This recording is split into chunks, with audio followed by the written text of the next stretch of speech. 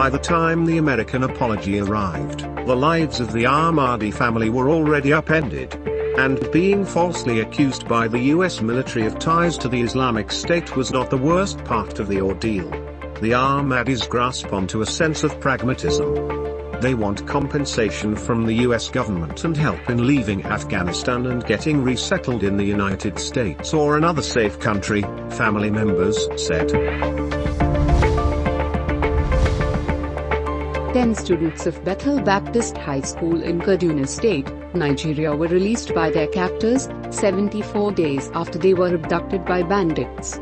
The vice president of the Christian Association of Nigeria disclosed this in an interview, said 21 of the children were still with their captors. The last 2 of 6 Palestinian prisoners who escaped to maximum security Israeli prison 2 weeks ago were rearrested early Sunday, the Israeli military said.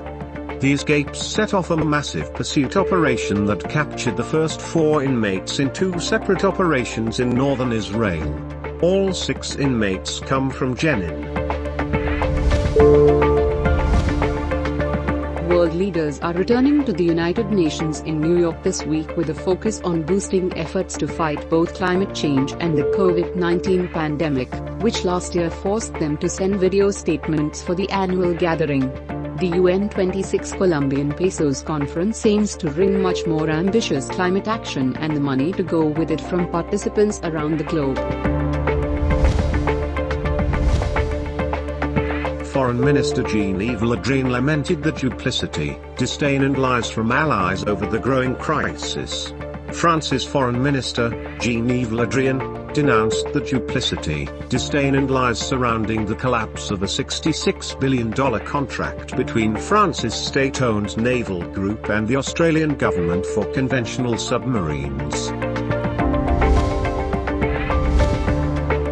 Argentina plans to buy 12 J.F-17 Thunder fighter jets from Pakistan, as per international media reports.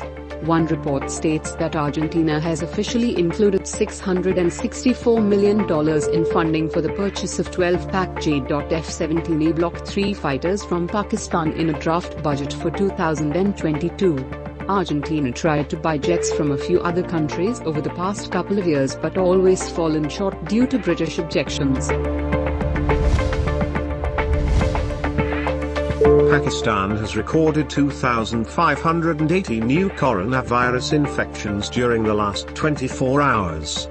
Meanwhile, 71 more people lost their lives to the virus during the same period, taking the country's overall death toll to 27,206. The country's COVID-19 positivity rate now stands at 4.6%. PMLN President Shahbaz Sharif asked the National Institutions, Judiciary and Election Commission of Pakistan to ensure implementation of the constitution and rule of law in the country. Coming down hard on the Pakistan Tehreek-i-Insaf, he said the party had disappointed the economy in its 3 years in power. Shahbaz expressed these views while addressing a workers' convention in Sialkot. New Zealand cricket chief executive David White admitted on Sunday that the board was initially satisfied with security arrangements in Pakistan, which is why they sent their team to the country. Everything changed on Friday. The advice changed, the threat level changed and, as a consequence, we took the only responsible course of action possible, he said. The quartet of newly minted citizen astronauts comprising the SpaceX Inspiration 4 mission safely splashed down in the Atlantic off Florida's coast on Saturday, completing a 3-day flight of the first all-civilian crew ever sent into Earth orbit. Welcome to the second space age, Todd Ferrickson, mission director for the Inspiration 4 venture, told reporters on a conference call after the crew returned.